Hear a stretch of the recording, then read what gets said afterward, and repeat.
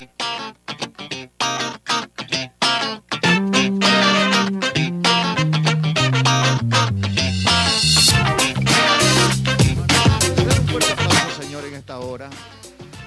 de esta manera también damos la bienvenida a todas las personas que nos miran a través del canal 99 La Respuesta TV.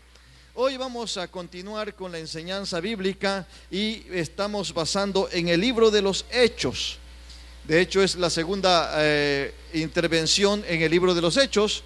La primera fue acerca de... La primera fue acerca de la venida del Espíritu Santo. Luego fue como la sucesión que hizo el apóstol Pedro del discípulo número 12, que por cierto vimos que fue una mala elección, que no era por ahí, todavía él se adelantó a los hechos. Luego, hoy vamos a hablar acerca del primer mártir en la Biblia, el primer mártir cristiano. Entonces, yo quiero que ustedes se centren en la palabra. Mártir viene de la palabra martirio o martirizar. Y Esteban es el primer mártir cristiano que se registra allá en el libro de los Hechos a partir del capítulo 6 hasta el capítulo 8. Miren cuántos capítulos abarca. Y el discurso de Esteban cuando estaba ante el Sanedrín es de 60 versículos.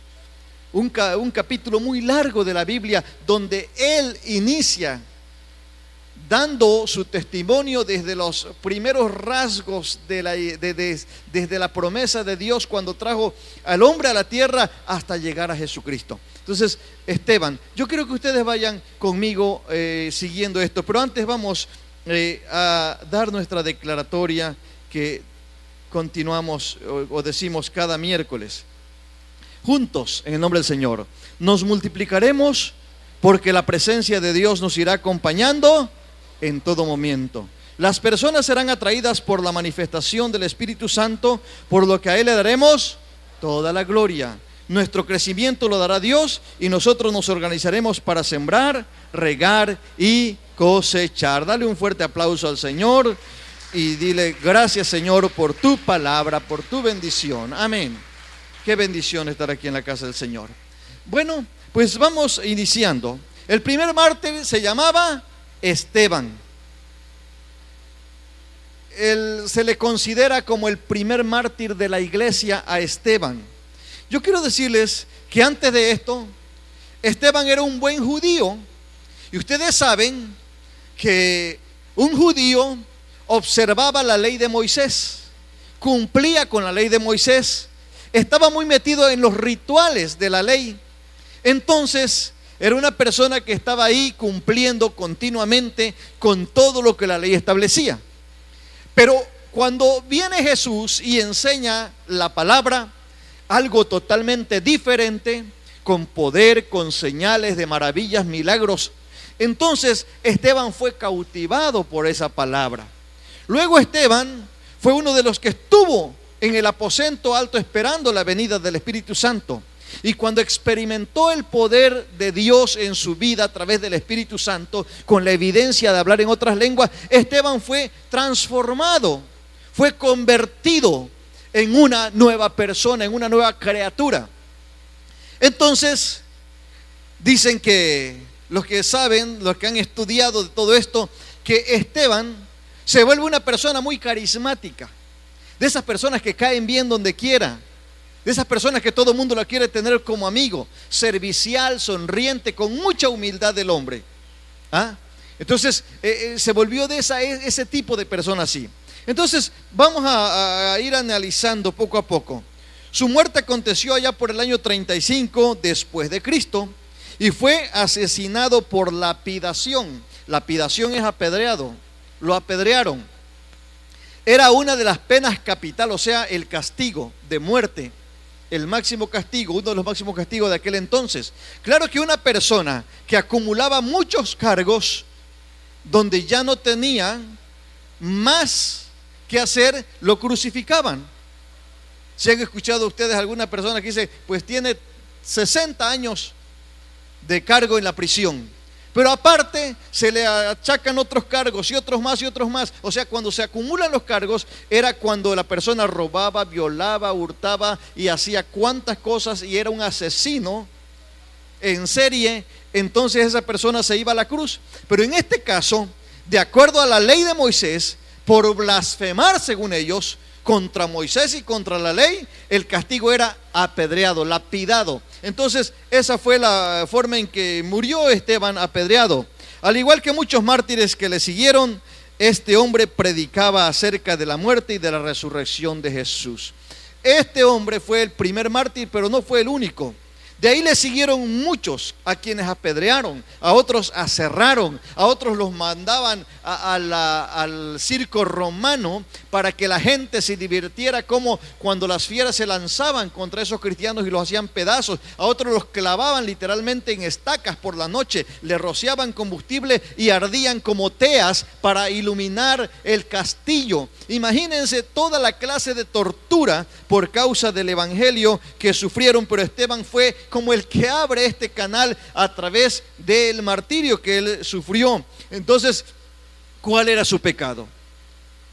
Era predicar acerca de Jesucristo, de su vida, de su muerte y de su resurrección. O sea, Esteban predicaba al Cristo de la gloria, al Cristo poderoso. Quiero que leamos en Hechos 6 a partir del versículo 8. Dice la palabra del Señor: y Esteban, lean conmigo, y Esteban, lleno de gracia y de poder, hacía grandes prodigios y señales entre el pueblo. Hasta aquí vemos a un Esteban lleno de ese carácter cristiano, de gozo, de alegría, de servicio, de humildad, de sencillez, que a pesar de su vida, que quizá no era una vida tan solvente económicamente, pero él tenía ese gozo en su corazón. Versículo 9: entonces se levantaron uno de las sinagogas llamada de los libertos y de los de Cirene, de Alejandría, de Sicilia y de Asia, disputando con Esteban. O sea, aquí se levantan gente intelectual a disputar, a discutir, a cuestionar a Esteban. ¿Por qué?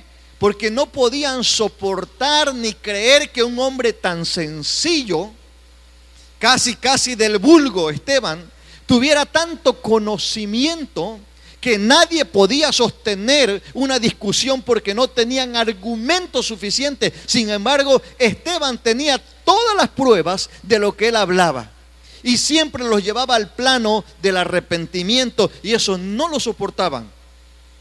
Versículo 10: pero no podían resistir a la sabiduría y al espíritu con que hablaba, porque aunado a lo que estaba versado, a lo que él había estudiado, tenía la experiencia con el Señor y estaba lleno del Espíritu Santo. O sea, estas dos cosas marcaban la diferencia en Esteban. Aquellos tenían el conocimiento, Esteban lo tenía, pero no tenía lo que tenía Esteban, que tenía a un Cristo vivo en su corazón y estaba lleno del Espíritu Santo. Ahí se quedaban cortos ellos, hasta ahí nada más llegaba su conocimiento humano. Pero el conocimiento de Esteban era un conocimiento bajo experiencia de salvación y de poder. ¿Alguien me está entendiendo en esta hora lo que estoy diciendo? Correcto. Versículo 11: entonces sobornaron. Miren cómo entra la maldad. Sobornaron. Sobornar es darle dinero, llamarlo allá al oscurito, hacer un trato con ellos, a unos para que dijesen que le habían oído hablar palabras blasfemas contra Moisés y contra Dios, cosa que no era cierto. Estaban ahí sobornándolos, metiéndolos en un mal camino. Versículo 12: y soliviantaron al pueblo, o sea, los alborotaron, a los ancianos y a los escribas, y arremetiendo le arrebataron y le trajeron al concilio. 13: y pusieron testigos falsos. No solamente que ellos inventaron este cuento, sino que ahora ponen testigos falsos que decían: este hombre no cesa de hablar palabras blasfemas contra este lugar santo y contra la ley, porque hablar del templo era también un pecado grave, digno de muerte. Pues versículo 14: pues le hemos oído decir que ese Jesús de Nazaret destruirá este lugar y cambiará las costumbres que nos dio Moisés. Miren la forma en que hablan despectivamente. Cuando alguien no tiene la experiencia con el Señor, no importa que llegue o no a una iglesia, de todas maneras toma con liviandad las cosas de Dios y se expresa burlándose de la obra de Dios. Por eso estos decían: ese Jesús, aquel Jesús, el tal Jesús, porque obviamente no le conocían, no sabían ellos de que se trataba de el dador de la vida, del Salvador del mundo. Entonces, ¿cómo estaban ellos llenando la cabeza? Y a veces, hermanos, es más fácil creer a la mentira que a la verdad. Eso es lo triste de toda esta historia, que con tantito se contagia a la gente, se contamina. Dice el versículo 15: entonces todos los que estaban sentados en el concilio, al fijar los ojos en él, vieron su rostro como el rostro de un ángel. El testimonio malo era de todo un grupo de gente, pero nunca se puede opacar el testimonio de Dios en la vida de la persona, que aunque sin palabras, pero algo está sucediendo en ese momento, ¿verdad? Quiero decirles que no fue un asunto sencillo. Movió a la corte de aquel entonces. El Sanedrín, compuesto por 71 personas, eran un tipo de personas que juzgaban las causas. Y él fue sometido a un juicio.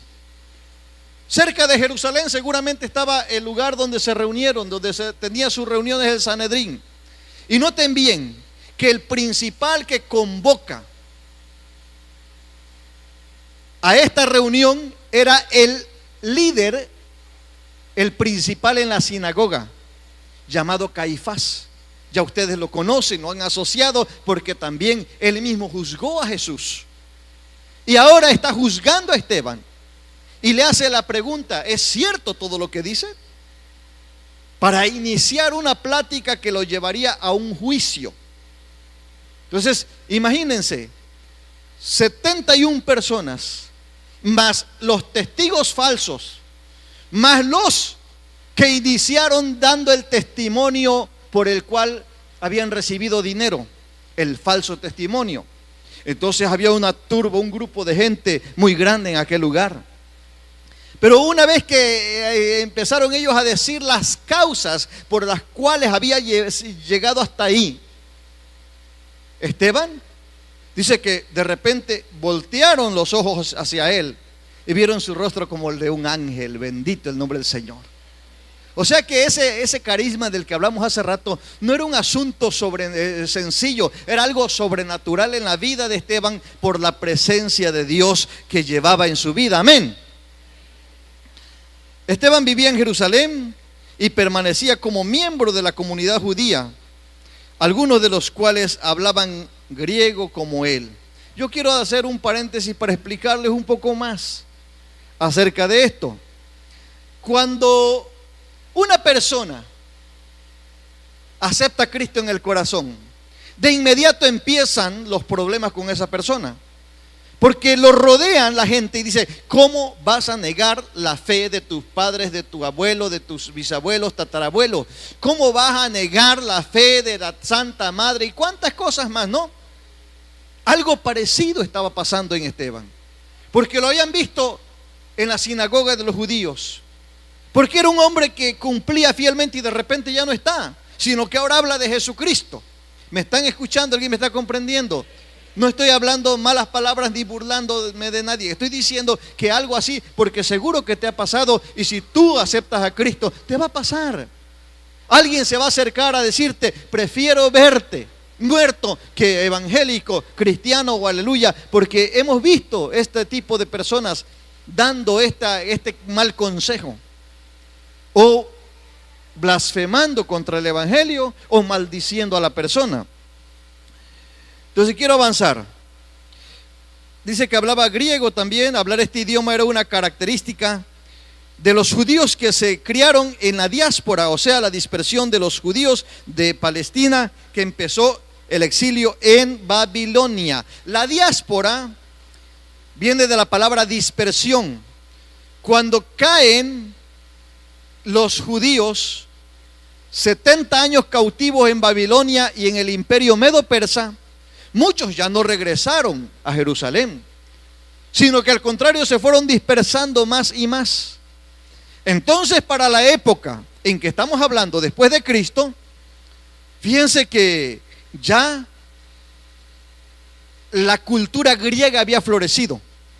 a lo que se le llamó en ese tiempo la cuna de la civilización, donde habían grandes filósofos, poetas, pensadores, intelectuales, matemáticos, físicos.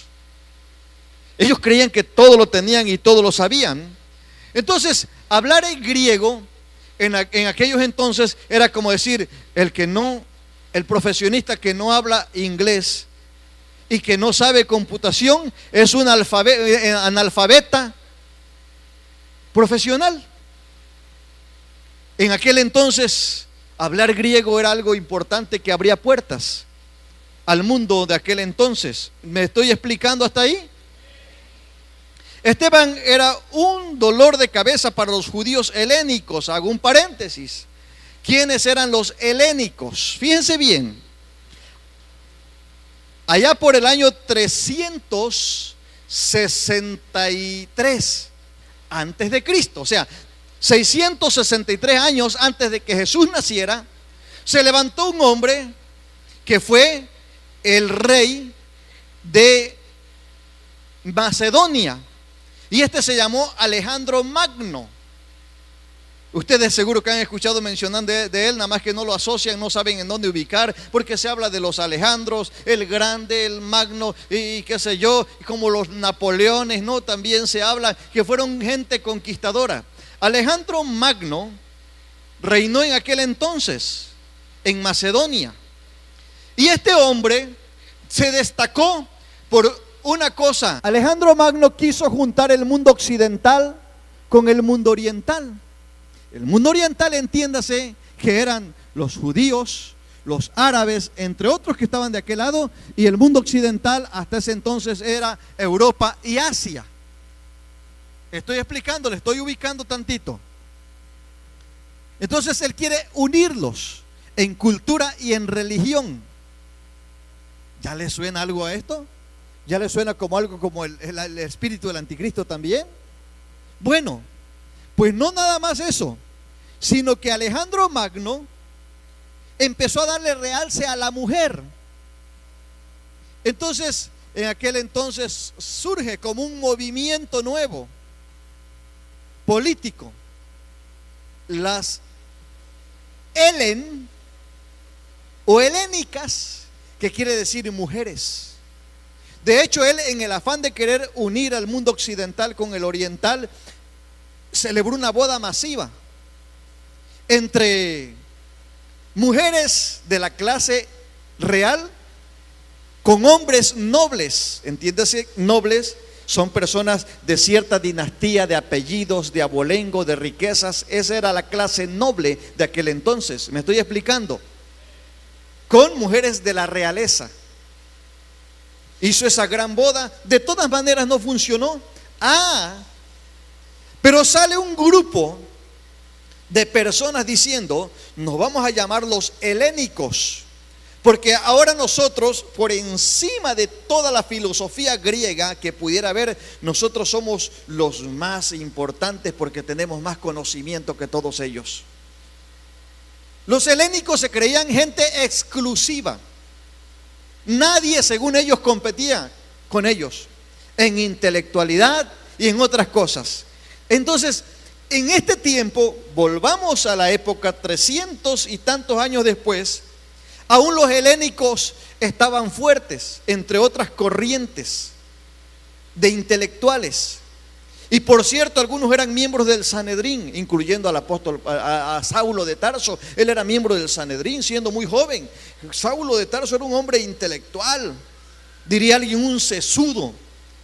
Por eso llegó a ser miembro del Sanedrín.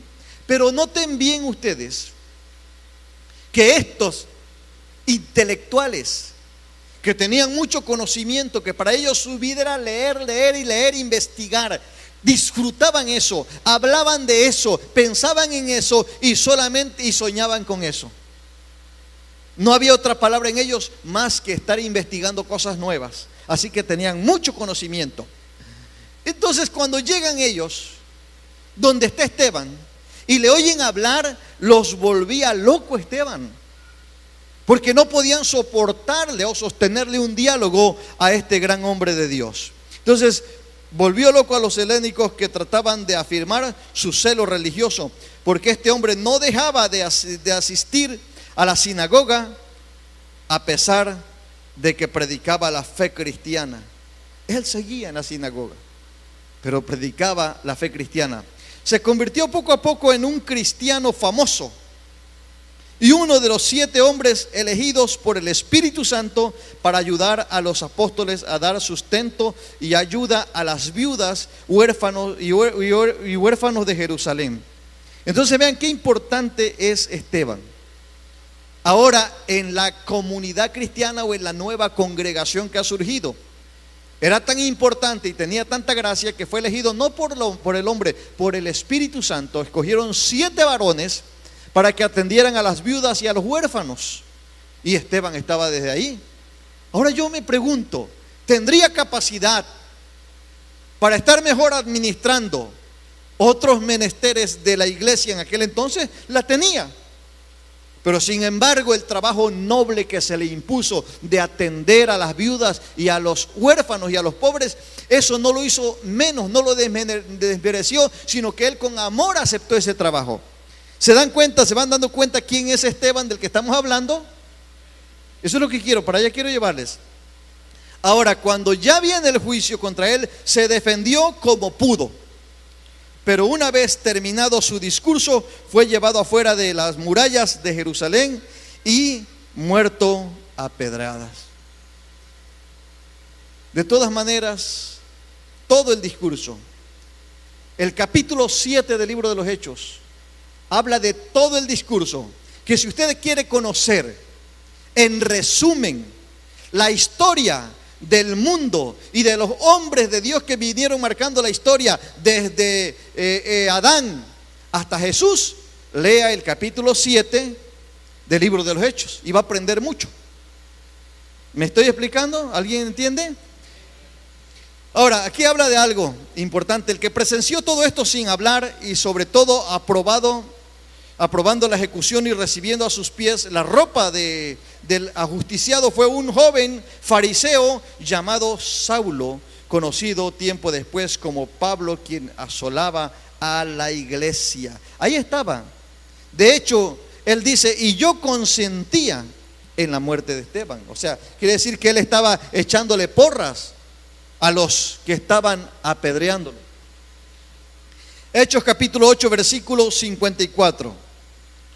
Después de dado el discurso y llegando al punto donde habló de Jesucristo como el Hijo de Dios, que murió y resucitó, y dice, a quien ustedes mataron, estaba el hombre a punto de ser enjuiciado, y de esa reunión venía la sentencia, pero no le temblaron las piernas, porque él concluyó diciendo, a quien ustedes crucificaron. Y eso los enfureció.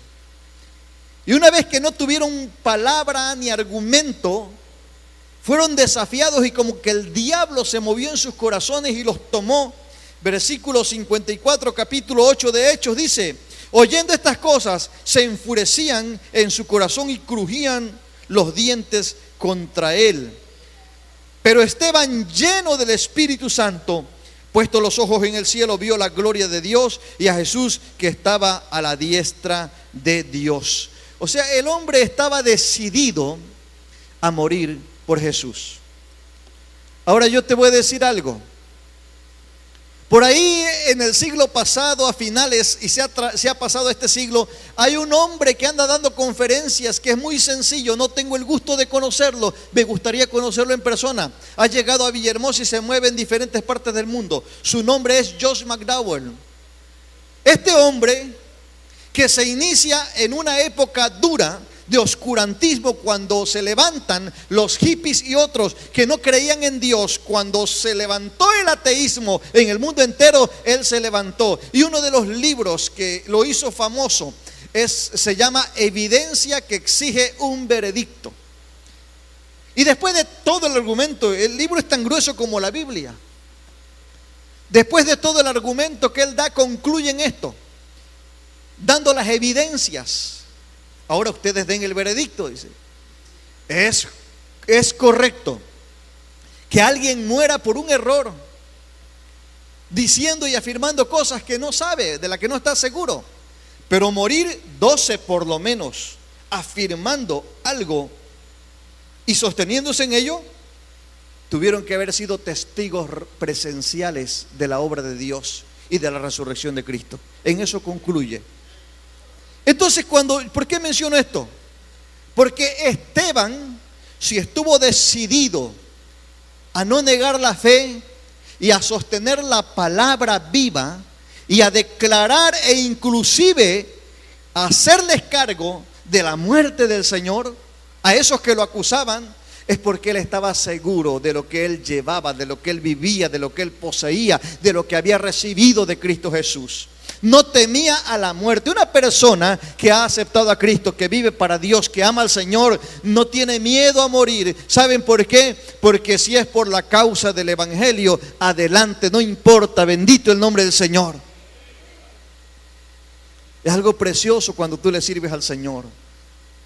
No tienes temor a lo que pudiera venir porque el Señor está contigo. Entonces, cuando ellos arremeten contra él, dice versículo 56, y dijo: he aquí veo los cielos abiertos y al Hijo del Hombre que está a la diestra de Dios. Entonces ellos, dando grandes voces, se taparon los oídos, no podían soportarse, tuvieron que tapar los oídos porque esa palabra les taladraba hasta el alma. Y arremetieron a una contra él, imagínense cuántas personas, la turba de personas, y echándole fuera de la ciudad, le apedrearon, y los testigos pusieron sus ropas a los pies de un joven que se llamaba Saulo. Mencionan aquí a Saulo porque ahí estaba consintiendo en la muerte, porque aún era muy joven, y siendo muy joven Saulo ya tenía mucha influencia política. Era ciudadano romano. Era judío, pero ciudadano romano. No cualquiera podía tener ese privilegio. Y era miembro del Sanedrín siendo muy joven. Imagínense con qué persona estaba tratando también Esteban. Versículo 59, y apedreaban a Esteban mientras él invocaba y decía: Señor Jesús, recibe mi espíritu. Y puesto de rodillas, clamó a gran voz: Señor, no les tomes en cuenta este pecado. Y habiendo dicho esto, durmió, o sea, murió. ¿A quién se parece en esta declaración? A aquel que estuvo en la cruz y dijo: perdónales, porque no saben lo que hacen. Y no crean que lo dijo Esteban por actuar, lo dijo porque lo que llevaba adentro era perdón solamente en su vida. Amén. Entonces vemos cómo una persona bajo la unción del Señor es testigo del poder de Jesucristo. ¿Y saben qué sucede? Cuando un mártir moría, es porque hacía la función de una semilla que caía a tierra, muere la semilla, pero brota, crece y da mucho fruto. Hay una película de tiempo atrás también que se llama Como bambú en invierno, se las recomiendo. Y es la persecución que hay en China cuando empieza el evangelio. China es un país socialista, comunista. Y a pesar de eso, tiene la mayor cantidad de cristianos en el mundo entero. Donde hay más cristianos es en China, claro, por la cantidad de gente que vive allá en China. Pero dicen en esta película, en medio de la persecución, una muchachita que huía y que vio morir a sus abuelos y a sus padres bajo el castigo maligno de los perseguidores. El ministro que la acompañaba, ella dice: ¿y si nos matan a todos? Se acabó el cristianismo. Y el ministro le dice: no, los cristianos somos como bambú en el invierno. Nos podrán cortar, nos podrán quemar, nos podrán hacer pedazos, pero las raíces que ya están por debajo puede eliminar. Se corta un bambú y salen cientos de bambú por un bambú que caiga. Así es el cristiano, decía este ministro. Por eso la película se llama Como bambú en invierno. Entonces ellos, dando grandes voces, se taparon los oídos, dice la Biblia, y arremetieron a una contra él y echándole fuera de la ciudad. Ya esto lo dije hace un ratito. Los enemigos de Dios y de la verdad se muestran agitados por el odio y la oposición. Satanás los ha impulsado a resistir la verdad. O sea que cada persona que resiste a la verdad, créanme que son espíritus malos que van en su vida. El asunto es que tú no estás enfrentando nada más a una persona. Por eso, antes de ir a evangelizar, antes de predicar la palabra, ponte en ayuno y en oración. Presenta por nombre a las personas, si puedes, donde vas a estar o con quienes vas a estar platicando, para que conozcan de Cristo, porque son espíritus malignos que les ciegan el entendimiento para que no vean la verdad. Entonces, si Esteban no hubiera investigado en las Escrituras, noten bien esto que está aquí. Si Esteban no hubiera estado fundamentado en la palabra, que conociera la palabra, y se hubiera fortalecido en la evidencia de la palabra de Dios, no habría podido soportar la prueba. Pero él conocía los fundamentos de su fe y fue firme y estuvo preparado para responder a sus oponentes. Entonces, ¿se dan cuenta ustedes? ¿Por qué muchas personas fácil niegan su fe? Fácil quebrantan sus convicciones, fácil se vuelven al mundo, cualquier cosa los tira, cualquier cosa los lleva al precipicio, porque no están fundamentados en la palabra del Señor. Venir a la iglesia o asistir a cualquier iglesia es fácil, pero tener el conocimiento del Señor te lleva a niveles mayores, donde tú estarás dispuesto para soportar lo que venga. Pase lo que pase o haya lo que haya, tú estarás firme en el camino del Señor. De lo contrario, cualquier viento de doctrina te va a tumbar, te va a derrumbar y te van a meter en confusión. ¿Cuántas corrientes filosóficas habían en la época de Esteban? Y entró en controversia. ¿Se puso a dudar de la fe en Cristo? No, él tenía sus convicciones firmes. Hoy en día cualquiera lo hacen dudar.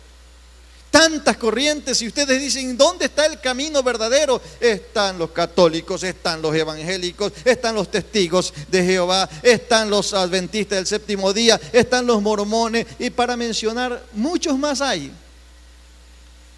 ¿Y qué pasa? Mientras se mueve la gente en una religión, dice, si no eres de los míos, estás perdido. Si no sigues esta doctrina, estás perdido, porque yo estoy en la verdad. Por eso Jesús le aclaró en San Juan 14:6 a Tomás cuando le preguntó, le dijo, yo soy el camino, la verdad y la vida, y nadie viene al Padre si no es por mí. Fuera toda religión. No hay lugar para los religiosos ahí, tiene que ser a través de Jesucristo. Muy bien, Esteban, un varón amado por Dios, que se desempeñaba en la labor de ganar almas para Cristo, perdió su vida porque se atrevió a ofrecer un testimonio triunfante de su Salvador crucificado y resucitado. Yo me pregunto a todo esto, ¿qué estamos dispuestos? ¿Hasta dónde puede llegar tu fe por defender a un Cristo vivo en tu corazón, por llevarlo, por testificar de Él? ¿Hasta dónde puede llegar tu fe? Aún hay mártires en estos tiempos, y no es nada más en el Medio Oriente o en los países musulmanes, de la ventana 1040, esa ventana que no han podido llegar los evangélicos. Aquí en Chiapas, en Hidalgo, en el Estado de México, en Guerrero, en Guanajuato, han habido personas que se han levantado contra los cristianos y los han matado. Yo recuerdo que cuando empezábamos en Francisco Villa y establecimos ahí la iglesita, nos quitaron, se posesionaron un grupo de maleantes de ese lugar. Y yo fui con el delegado y comisariado en aquel entonces. Y me dijo, ¿y para qué queremos otra iglesia aquí si ya tenemos la iglesia católica? Así con la mano en la cintura, esa fue la respuesta que me dio. me regresé, nos pusimos a orar y días después esos maleantes habían desalojado el lugar y ahí tenemos la iglesia. Pero algo parecido pasa como en aquellos entonces, ¿no? Claro que en menor proporción y en menor dimensión, pero si pudiera el enemigo nos hace pedazos, pero como no puede porque el Señor está con nosotros, porque esta iglesia fue fundada a través de la preciosa sangre de Jesucristo, amén. Las escrituras lo señalan a Esteban como un hombre de fe y poder, que realizó maravillas, milagros en medio de la gente. He aquí dos ejércitos en conflicto, el ejército del cielo y el ejército de los falsos religiosos. ¿Quién ganó al final de cuentas, diría usted? Si mataron a Esteban, ganó el reino de los cielos, porque Esteban fue el primer mártir de la iglesia, que con su fe y convicción hizo que muchos creyeran a Jesucristo. Termino con esto. Leía yo un libro de esos testimonios de esos grandes de Dios, de esas personas, grandes cristianos que establecieron el reino a costa de su vida. Y en un lugar, fue en Corea, una familia que llegó de misioneros, fueron amenazados de muerte y le dijeron: si no se van, ustedes van a morir. Ellos siguieron predicando el evangelio, y un domingo en la tarde los llevaron a la plaza pública, o sea, al parque. Habían cavado una gran zanja y ahí les dijeron: les vamos a sepultar aquí si ustedes no dejan de predicar a Jesucristo. Se quedaron viendo el matrimonio, este matrimonio santo de Dios, y dijeron: pues háganlo, porque no vamos a dejar de predicar el evangelio. Los tiraron ahí, a ellos y a sus dos niños, y empezaron a tirarle con palas la tierra encima, vivos. Dice la historia que sus niños se empezaron a inquietar y a llorar porque sintieron lo frío de la muerte. Entonces sus padres los tomaron de la mano y agarraditos de las manos todos empezaron a cantar: cuando andemos con Dios escuchando su voz, nuestra senda florida será. Esto los enfureció más porque pensaron que al sentir las primeras palas de tierra encima se iban a arrepentir, y no. Y con furia diabólica, porque ahí toma control el diablo de esos corazones, le echaron toda la tierra. Y así se fue opacando su voz al escapárseles la vida. Cuando terminaron quedó un montículo de tierra como evidencia que habían quedado ahí ejecutados una familia de hombres, mujeres que no quisieron obedecer a las leyes de aquel lugar. Pero cuando vio la multitud que estaba observando eso, la convicción con que murieron, se empezaron a quebrantar, empezaron a llorar, y en ese lugar doblaron sus rodillas, se arrepintieron y aceptaron a Cristo. En vida no ganaron a ningún alma para Cristo, pero en ese día una gran multitud y casi todo el pueblo aquel había aceptado a Cristo como su Señor y Salvador. No es por la vida del hombre, es por la obra de Jesucristo. Y si Dios nos ha llamado a establecer el evangelio, sea a toda costa el nombre del Señor sea glorificado. Que nosotros luzcamos mal, pero que Él luzca bien. Que nuestro nombre quizás sea raído de la tierra, pero que el nombre de Él prevalezca por los siglos de los siglos. Amén. Y que el sacrificio de la cruz de Cristo siga adelante en el nombre del Señor, y que muchos sigan viniendo al conocimiento de la palabra, aceptando a Cristo como su Señor y Salvador, no una religión, sino a un Cristo vivo. Pónganse de pie, por favor. Y todos los que están aquí, los que me miran, por favor. Hagamos un alto en nuestras vidas. Pensemos por un momento, ¿estamos viviendo a la altura de la necesidad de estos tiempos? ¿Realmente somos las personas que Dios está esperando? ¿Estás decidido a vivir y a morir por Cristo Jesús?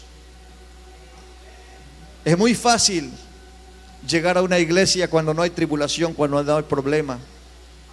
Pero cuando viene el tiempo de la prueba, de la dificultad, entonces ahí es donde tienes que demostrar a Dios que tanto le amas. ¿Estás dispuesto a vivir por Dios y a morir por Él? Pero cualquier cosa te desvanece, te desinflas y te vas. ¿Estás dispuesto a llevar sobre tus hombros la cruz de Jesús? ¿Estás dispuesta a serle fiel hasta la muerte? Cuando dice la Biblia ser fiel hasta la muerte, no se está refiriendo a que hasta el día que mueras. Se está refiriendo a que cuando llegue un momento en que sea crucial y aún tengas que dar tu vida por Cristo, puedas hacerlo. Esto no es sencillo. Se necesita ese Espíritu de Dios que iba sobre Esteban para que puedas permanecer firme en el camino del Señor. Hoy está tranquilo todo, pero no sabes que venga más adelante. Cristo viene pronto. Tal vez haya una tercera guerra mundial antes de que Cristo venga. De hecho, nuestro mirador, nuestro termómetro no está en la guerra, sino en el pueblo judío. Dice: de la higuera aprendan la parábola. La higuera son ellos. 1948, mayo de 1948, llegaron y se constituyeron como nación. En la guerra de los 6 días, en 1967, ellos se afirman como nación. Ahora están buscando recuperar el terreno que se les ha quitado para que Jerusalén sea la sede o la capital de Israel, y quitar de ese lugar musulmán la mezquita de Omar, que es el centro religioso de los musulmanes, para que se establezca el templo de Salomón. Cuando esto suceda, Cristo habrá venido. Ese es nuestro mirador. Pero antes vendrá guerras y rumores de guerra, principios de dolores. Y tú no sabes en las guerras qué pueda suceder. Hace días atrás estuvimos a punto de una guerra. México fue amenazado porque México prohibió el paso a los norcoreanos que entraran con sus buques o con sus tanques de guerra embarcados al Golfo de México, y Corea mandó una amenaza a México de mandar un misil o una bomba. Así se estuvo de la guerra. Pero eso no es problema. El asunto es qué tanto estás dispuesto a hacer y a dar por Cristo Jesús. Primero tenemos que reconocer que somos insuficientes. Tienes que aceptar a Cristo como tu Señor y Salvador. Esta fuerza no te la va a dar la religión. Esta convicción no te da el intelectualismo, como en el caso de aquellos intelectuales. Tiene que ser el poder del Espíritu Santo. Yo te invito a que aceptes a Cristo ahí donde estás. Inclina tu rostro, tú que quieres aceptar a Cristo, y dile así: Señor Jesucristo, en esta hora sé que tú eres Señor y Dios, que moriste por mis pecados, que resucitaste al tercer día para darme la garantía de que un día también resucitaremos contigo. Ascendiste a los cielos y prometiste venir por tu iglesia, por la gente que te ama, que te cree, que te busca. Yo quiero ser uno de ellos, Señor. Por eso en esta hora te acepto como mi Señor, como mi Dios y mi Salvador. Ven, Señor, y ocupa el primer lugar en mi vida. Te doy gracias porque me amas tanto. Te pido que me perdones, que me levantes y me llenes de tu Espíritu Santo, para que yo pueda vivir esa vida plena de convicción, de firmeza en ti. Muchas gracias, Señor, por darme el perdón de mis pecados, la salvación y la vida eterna. Y si viniera alguna lucha, prueba o dificultad, si hubiera que morir, inclusive por causa del Evangelio, tu palabra dice que el que quiera ganar su vida la va a perder un día delante de ti, pero el que pierda su vida por causa del Evangelio la va a ganar en la vida eterna contigo, Señor. Ayúdanos para vivir esa vida. Muchas gracias, Señor. Amén. Amén. ¿Alguien de los que está aquí aceptó a Cristo? ¿Hizo esta oración conmigo? Levanta tu mano. Pasen para acá, por favor. Pasen para acá ustedes. Ven para acá, varón. Quiero orar por ti. Tráigamelo, por favor. Extienda sus manos hacia acá y digan: Señor, bendice a estas tus hijas. Voy a pedir a mi esposa que pase y ore por ellas.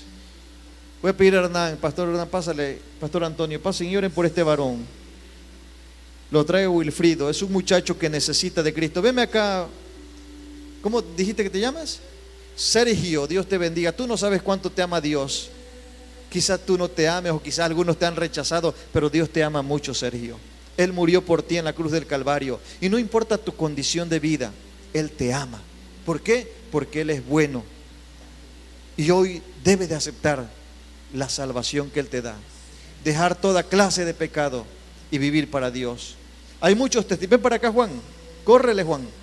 Hay muchos testimonios como este que te voy a mostrar aquí. A Juan se le encontró Wilfrido tirado. Súbete un escalón, por favor. Tirado en el vicio, sucio y todo lo que pudieras imaginarte, y alejado de su familia. Perdió a su familia, de hecho, pero él llegó a las plantas de Cristo y le aceptó. Míralo, qué diferente que como venía. Ven para acá, Miguel. Párate aquí, Miguel. Miguel vino literalmente borracho a este lugar. Fue a su encuentro borracho.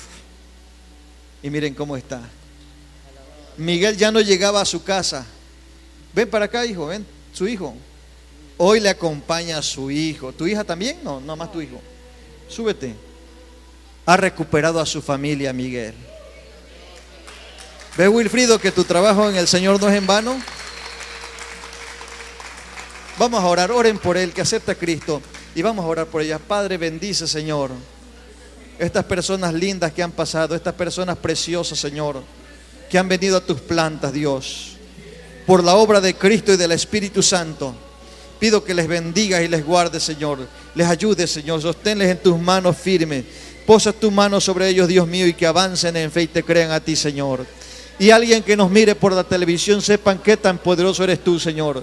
Pues tú les amas, Señor. Tú eres bueno, perdonador. Obra en la vida de Juan, Señor. Llénale más de tu Espíritu Santo. Y en la vida de Miguel, Señor. Bendice, Señor, a estas mujeres, Señor, que han venido a buscarte. Que su corazón está quebrantado. Que estas palabras mías suelen sonar huecas y vacías. Tiene que ser tu palabra que las está taladrando. Algo está pasando de parte tuya en sus vidas. Llénalas más, Señor. Que experimenten el poder de Dios, la gracia salvífica de Dios. Bendice a mi hermano, levántalo, transfórmalo, llénalo, Señor. Afirma los pasos y la vida de mi hermano, Señor, en el nombre de Cristo Jesús. Muchas gracias, Señor. Asimismo, Señor, bendice a todos los que nos miran a través de este medio de comunicación. Guárdales y sean ellos, Señor, ministrados en el poder del Espíritu Santo. Muchas gracias, Dios. Amén, amén, amén. Con un fuerte aplauso nos despedimos de nuestro público televidente, diciéndoles Dios les bendiga y hasta la próxima.